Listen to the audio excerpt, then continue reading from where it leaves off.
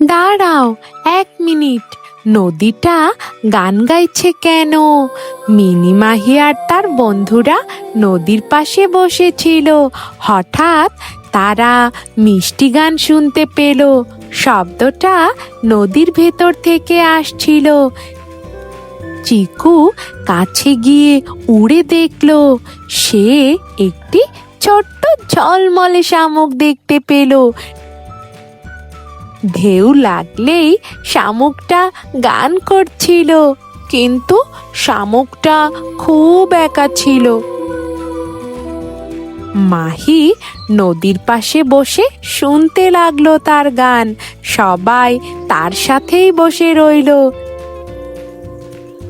শামুকটা খুশি হয়ে আরো জোরে গান গাইতে লাগলো।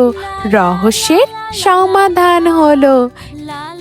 শিক্ষণীয় কথা: কারো কথা শুনলে তার একাকিত্ব কমে যায়।